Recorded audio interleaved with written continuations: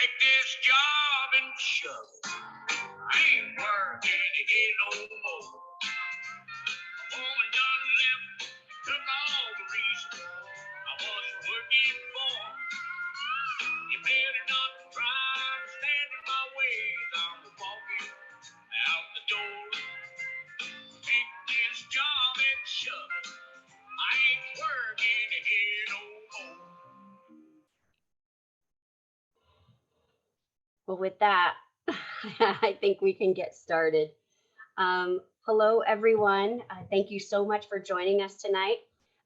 We are talking about the Great Resignation.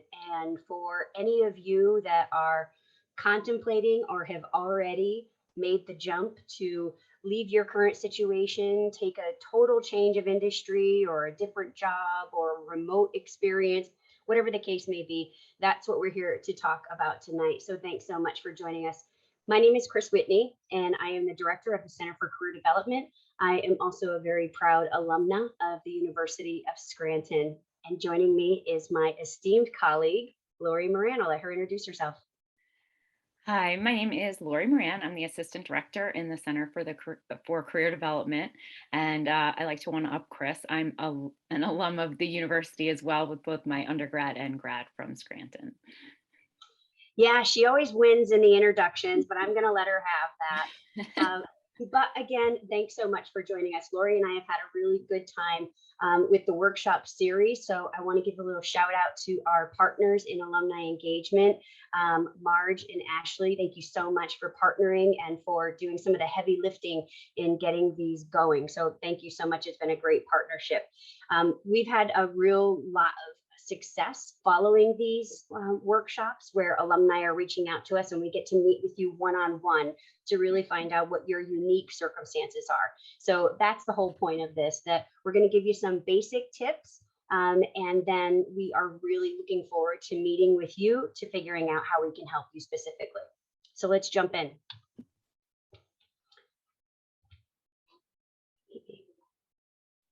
There we go.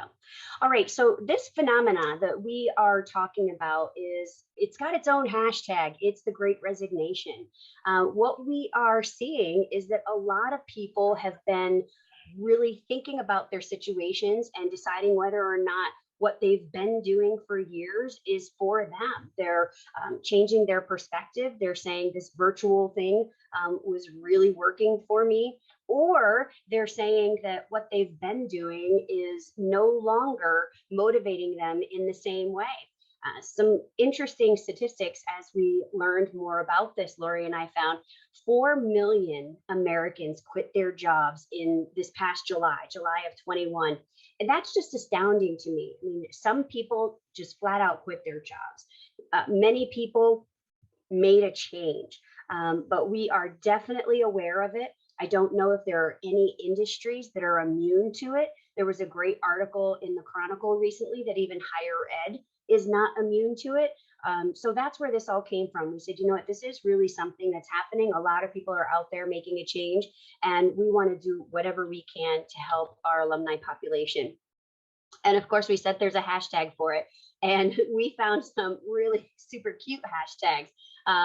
Everybody thinks that these are just really kind of resonating with what they're feeling. So of course we have the Great Resignation. We really liked this one, huh, Lori? The talent tsunami, just a huge wave that's leaving different industries or making changes. We think that the next two hashtags have a lot to do with it. Perhaps it's burnout in what the pandemic expected of you, what your company expected of you, and really made you kind of evaluate where you were. A lot of it has to do with the work-life balance. That's very important to people. That's very important to our generation, our millennials and our Zs. We're definitely seeing that the work-life balance is important to them. And of course, take this job and shove it. We just thought that was really funny. We hope no one was offended by that song. We were just getting some giggles out of it. So in terms of, if you're thinking about a career change, you're probably wondering, where should I start with this process? So the first thing you really want to consider is what success looks like for you specifically. That's different for everyone, but you want to really consider that.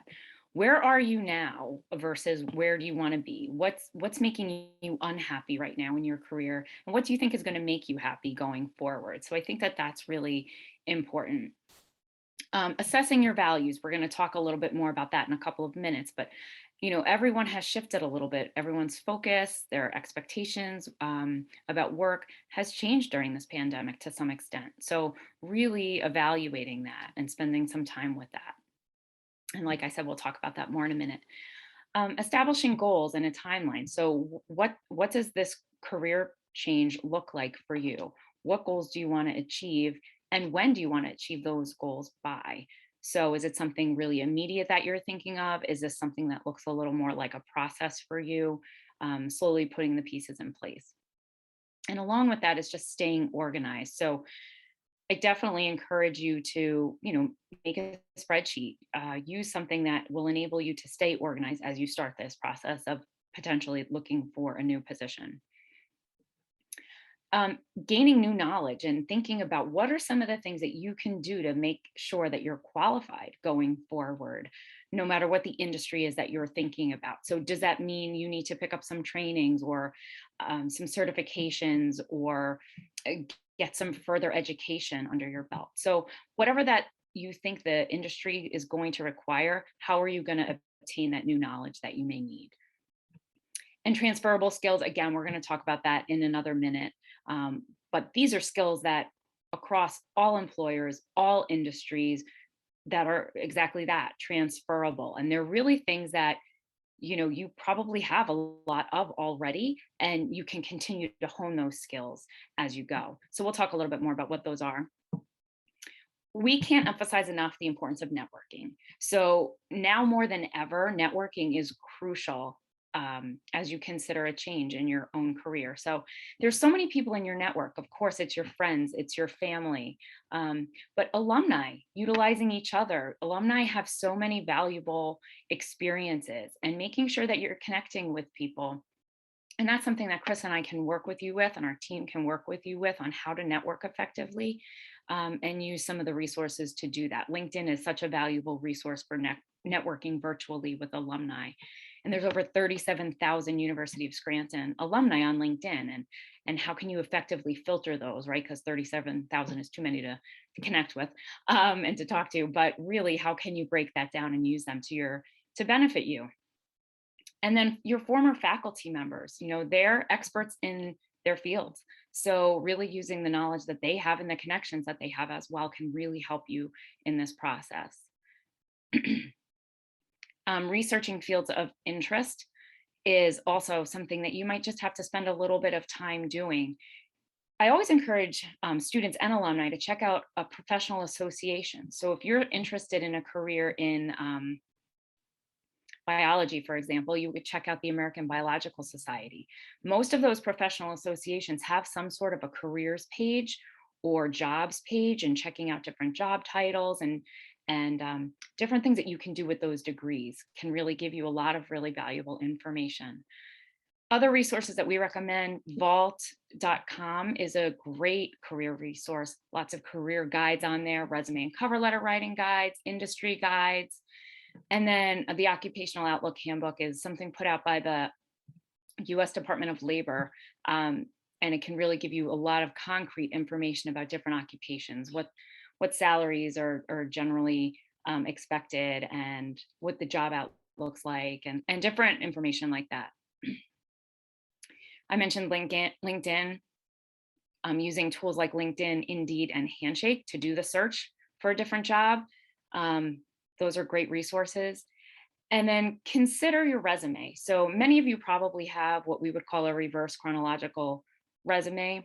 And as you have a lot of experiences, you can consider using a functional resume, which is really going to focus more on your skills as opposed to like precise dates. So that's one of the things that you can consider.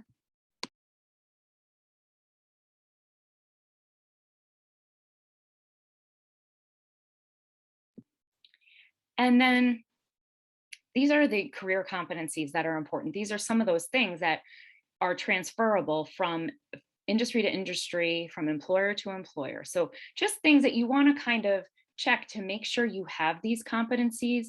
And if you don't, if there's room for growth, how maybe you can consider gaining more, beefing those up a little bit. So all employers are looking for critical thinking and problem solving. They need someone who's able to make decisions and think, solve problems. So that's one of the things that all employers are looking for.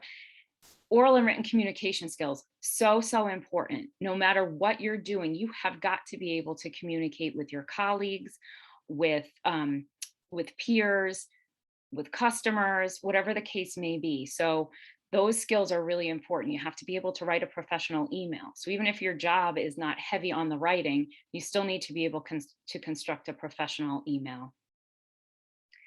Teamwork and collaboration. You have to be able to work well with others, to collaborate, to take others' input, and be a team player. Technology obviously is super important in this day and age. Here we are doing a webinar. We never thought years ago we may be in this position, but you have to be up to speed on technology. Leadership, how can you be a good leader? How can you lead a team of people, be a good manager? Being professional, having a strong work ethic is so important across the board. Are you going to get your job done? Are you honest? All of those things are such valuable assets to employers. Being able to manage your own career, knowing what that looks like, staying up to date on things, updating your resume, updating your skills, all of those things. Being interculturally fluent, and then just gaining experience in your field. So how can you gain experiences that will enable you to move to the next thing? So again, just staying up to date, improving these, continuing to develop these skills that are valuable to all employers, I think is really important in this process. Absolutely. And I just want to punctuate, as you are reading these competencies that are important to employers across industries, none of them scream an industry or a specific position. That's what really makes them transferable. There are things that you can do in health services, and now post-pandemic, you don't want to be in health services anymore. But some of these skills, these competencies that you have, we can translate them with you for the next opportunity that you're going to be looking for. So just a couple of other things that we want you to think about as you're navigating this change, thinking about the change, or maybe you've already taken a step into the deep end. I think it's important for you to be able to tell your story. That's what the first bullet is all about. Explain why you're looking for a job. And maybe it's you just got really mad and you left the job. Okay, so if that's the truth of the matter, well, let's talk a little bit more about that. Let's dig into it. Is that you are no longer motivated by it? What is it that made you upset? What is it that was the precipitous that said, I can't do this anymore? So let's talk about what your story is going to be. And one of the most important things, and I know Lori will agree with me, is that it be the truth. Right? So we can figure out how to talk about that, but it's got to be the truth. If it's not the truth, it will change. The truth is the one thing that always stays the same. So we need to just figure out a way that will make sense to your potential.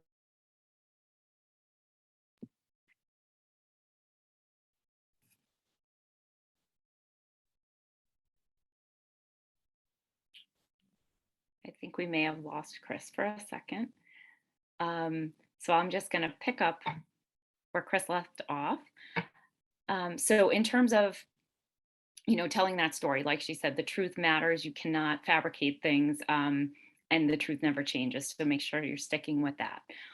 The other tips that are super important are making sure your resume is tailored to every single position that you apply to. So yes, you can have a resume that you can use for a variety of different things, but you want to make sure you're looking at the job descriptions for those positions where you're applying and tailor it toward that. Same thing with the cover letter. Sorry about that, everyone. we should be used to these technical difficulties now after doing these for a couple of months. So my apologies. So where were we, and where did we leave off, Lori? Just tailoring your resume. We just got to that part there. Oh, fantastic. That's going to be really important. That's where Lori was talking about the functional resume. Sometimes that's what we want to do. We want to focus on the skills. We don't want to focus on your job titles that you held. We don't want to necessarily focus on the industries that you are a part of.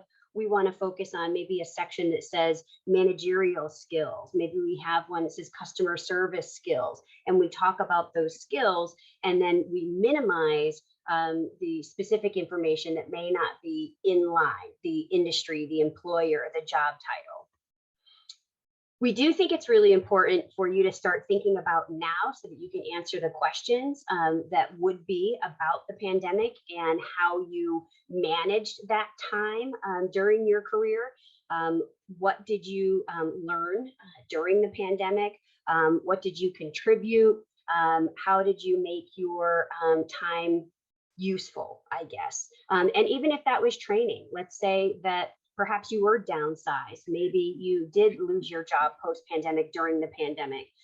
So how did you use your time? Were you volunteering? Were you taking some online courses? Be ready to have those conversations.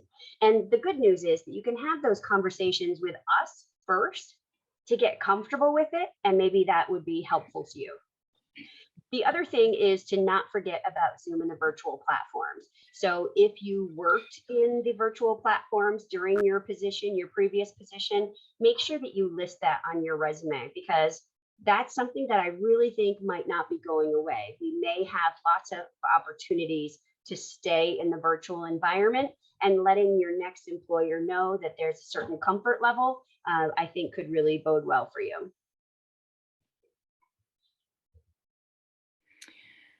So there's lots of reasons why you might be considering a change in your career at this point in time. As I mentioned before, I think this pandemic has really caused a lot of people to reevaluate their priorities, reevaluate things that are important to them.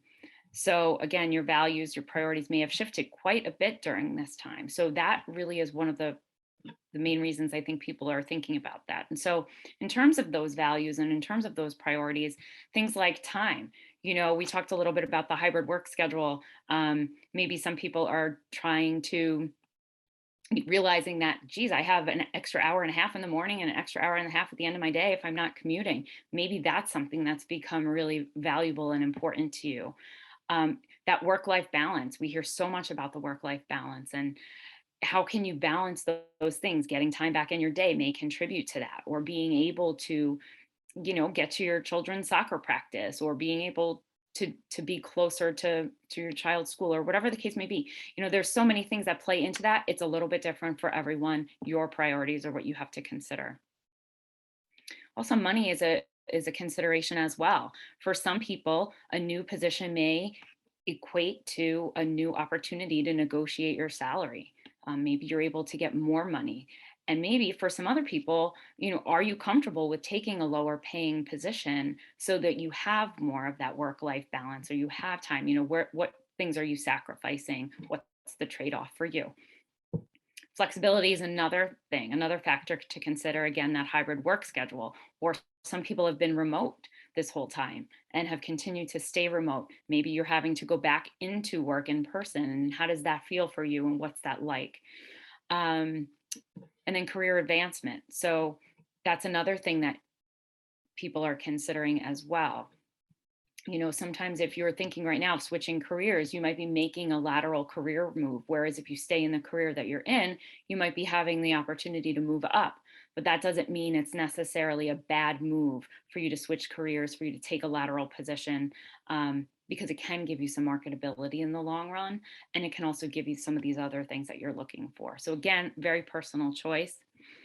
And then challenge. Some people are really just at this time reevaluating and thinking, I just need a challenge. I need something different.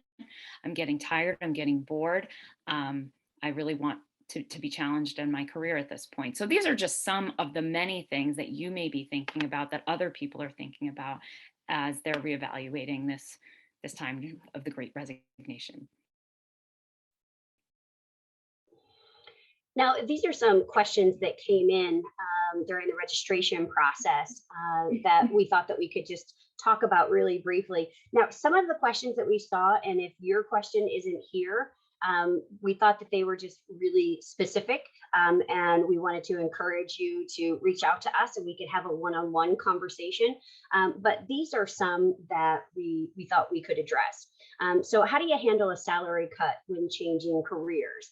And one of the most important things I think at this time is it's about planning. A lot of times we hear when someone is planning for a move or planning for a change, particularly one that's going to have a salary cut with it, it's about planning and it's about your support system.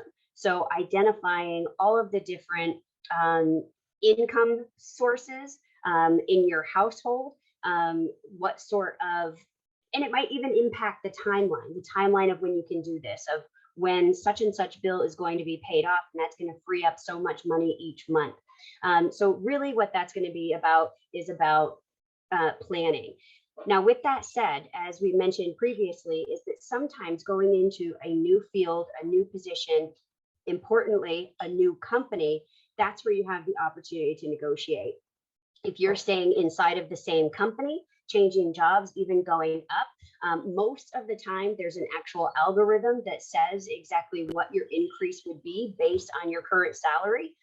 So it could be smaller increments as opposed to a different company altogether where you have that opportunity to come in and negotiate what your base salary is. So our best advice for there is planning. Anything else, Laura? No, I think that pretty much covers that. So where do you start the job search? One of the things that we really believe in is that one of the best places to start is with your network. Does your network understand that you are playing with this idea, that you are thinking about a change, that you have interests?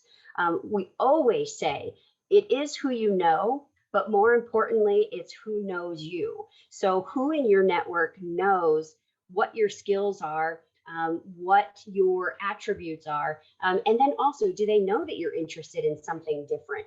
Because all of the time you're going to have different conversations, and if people know that you're in the search, your name can come up. Your name can come up as a candidate of interest. So we really think that your network is one of the most important places to start. So the next one, how do you rebrand yourself and previous work experience for today's workforce? Lori, do you want to start with that? Sure. So rebranding yourself, I think that, again, this kind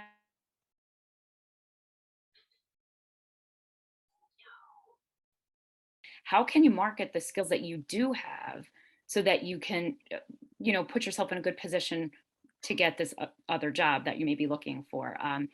So making sure that you have those captured in your resume, in your cover letter, making sure that you're able to communicate that effectively to employers, to your network as well. And really using some of the industry words in your LinkedIn profile, the industry you want to get into, in your LinkedIn profile, in your resume. Again, just making sure that that you can do that. Some of the other things you can do, I think, in terms of, this kind of will answer the last question a little bit too, but to get some experience, if to volunteer, to do something so that you can brand yourself effectively. So I think that's how I would start. I don't know if you have anything else, Chris. Absolutely. And it makes me think of a young alum that I worked with recently. She had been in the accounting field for approximately 6 or 7 years, I believe. And really what she wanted to get into marketing and event planning. And as we talked, and she told me more about her experiences in the accounting world, we came up with things like teamwork. We came up with attention to detail. We came up with meeting clients' needs, meeting their business expectations. I mean, and as we had more conversation about what her work looked like in a totally separate industry, it was those competencies, it was those transferable skills that all of a sudden we said, you know what, this sounds a whole lot like marketing. This sounds a whole lot like event planning. So really it's about picking out from what the current position is and how do you align it with the next position. Yeah, absolutely. Even working with a very young alum recently who didn't have a lot of concrete work experience for the job she was hoping to get, but she had a lot of volunteer experience that was really relevant. So marketing that as something professional or practical experience, relevant experience that she could really use to showcase the skills she had that fit that position. And sometimes back to the functional resume. Sometimes if it's, again, we don't want to put a big bright light on the industry or the job titles that you've held. So we may move into a functional resume. The next one, which we were excited about, how do you start your own business? While I don't think that either of us are experts in helping you to start your own business, we did want to give you the tip of saying, start with maybe your small business development center. They are all over the country. We have a wonderful one right on our campus.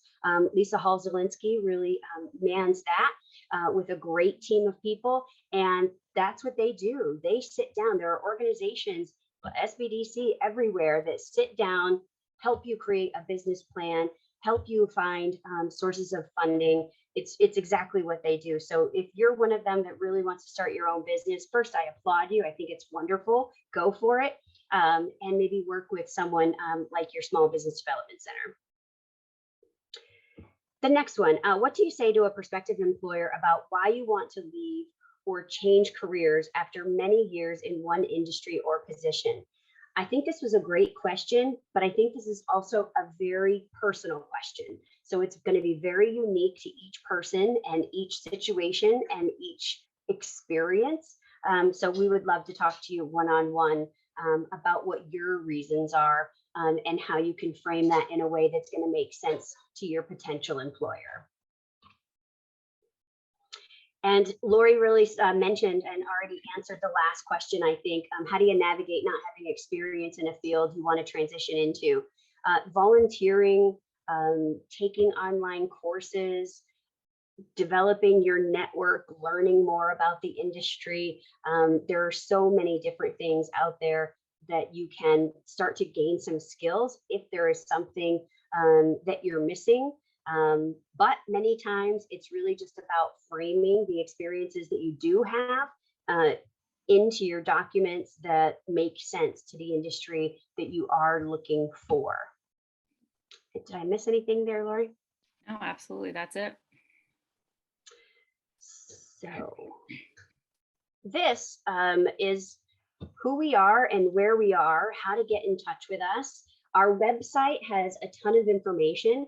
If you navigate to scranton.edu/careers, over on the right margin, you'll see resources for. You'll see undergraduate students, graduate students, alumni. We have different templates for resumes. We have tips for interviews, but you're also welcome to give us a call. Give us a call, send us an email, let us know what your unique circumstances are and how we can be of help. We do have, if anyone has any questions, you can certainly utilize the Q&A box at this time. So we will just hang and see for a minute if there are any that pop up.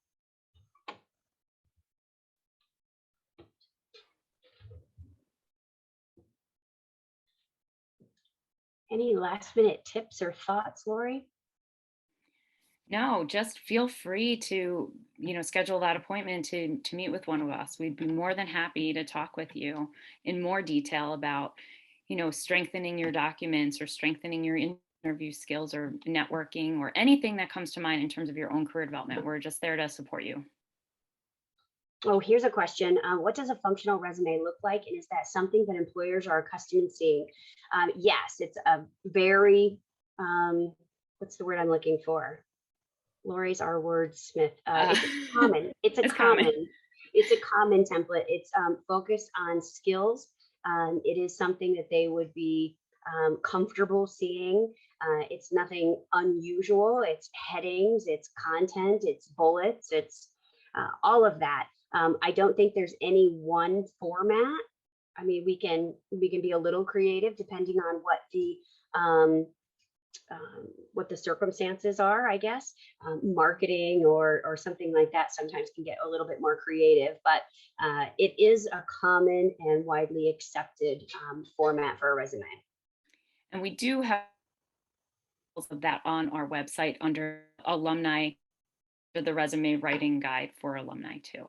Yeah, You can absolutely. find samples there. They're not the only ones in the world, but it might help you get started. Oh yeah, definitely not the only ones in the world.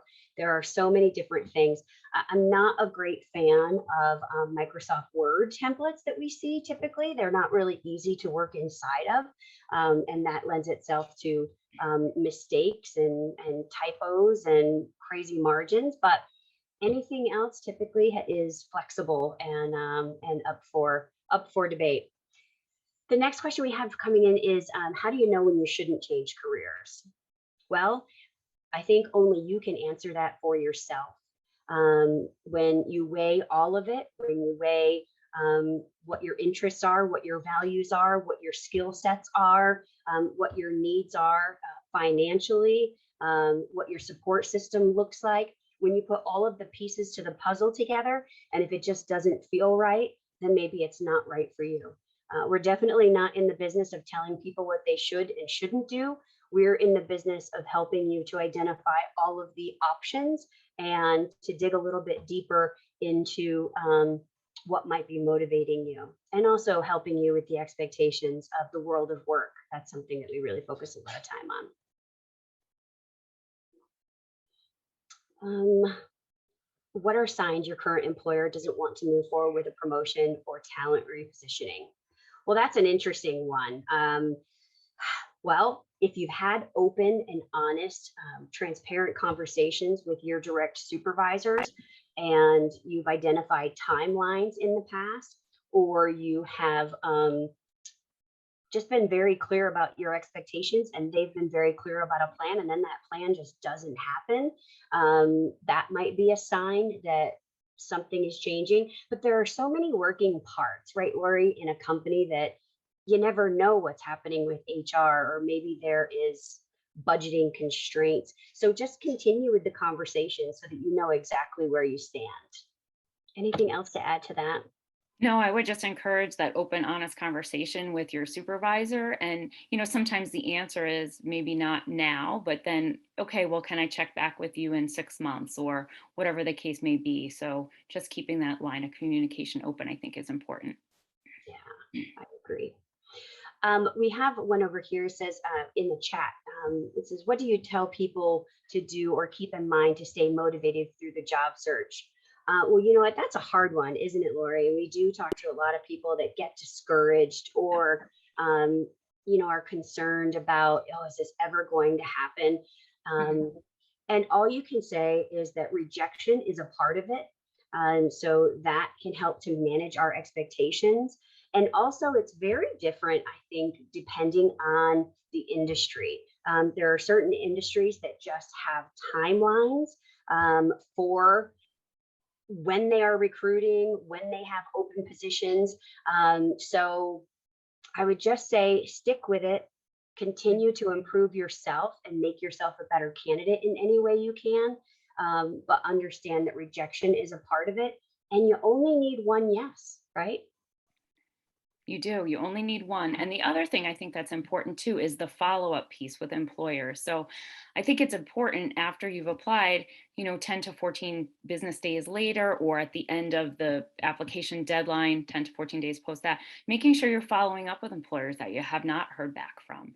Because that is frustrating if you don't know where you stand. So it's absolutely appropriate to follow up to see where they are in their process. And again, staying organized with that, keeping track of all the communication you've had with employers, I think can maybe make that a little bit less frustrating. Absolutely. I love this question that came in, Lori. How does an attorney transition into another area? I find that we are not typically wanted in other positions. I have actually, since I'm with the University of Scranton, worked with two attorneys. One was a litigator that wanted to change, just was not motivated by the work anymore and wanted to change. There are so many skill sets that attorneys have that are so useful in other realms, whether it's policy and regulation, compliance, small corporations, non-profit. I mean, there are so many. The skill sets are awesome. But I will tell you, many times an attorney has a very lawyer resume, right? So again, maybe it's about highlighting skills, maybe it's about highlighting other things than saying, you know, Esquire, right? We have to change that around. So sometimes it's the first thing we do is look at your documents and what does the document scream?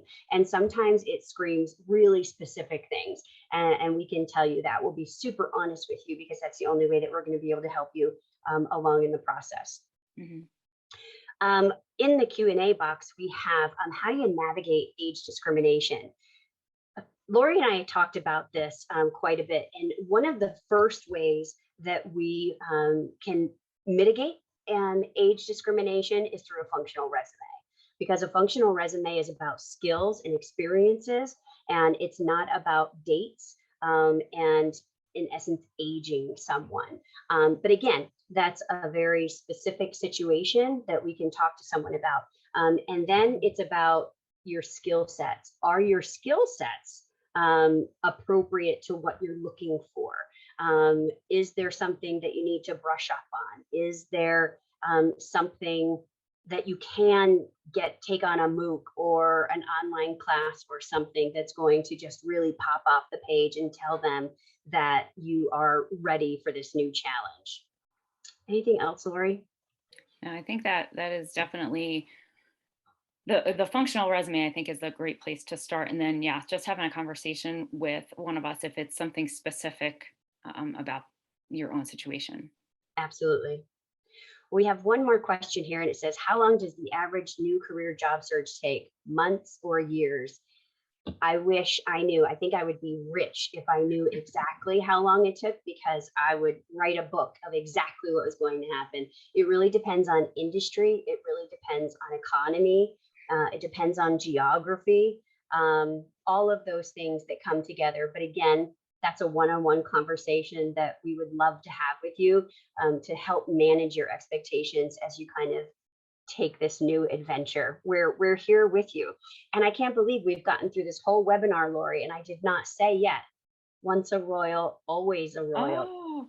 Oh, we always say that. I forgot to say that. We're slipping. We are slipping. But once a royal, always a royal. You may be an alum, but we are on this journey with you. And we are so pleased to be able to serve our alumni in this way and in any way that we can based on your unique circumstances. Once a royal, always a royal. I feel like I say that once a day. I can't believe we forgot it. I know. Well, thank you so much to everyone that came tonight. We truly appreciate your participation, your questions, but thank you so much. And please know that we are here for you, and we really look forward to getting to know you. Thank you so much. Hope we get to meet you soon. Have a great night, everyone. Goodbye.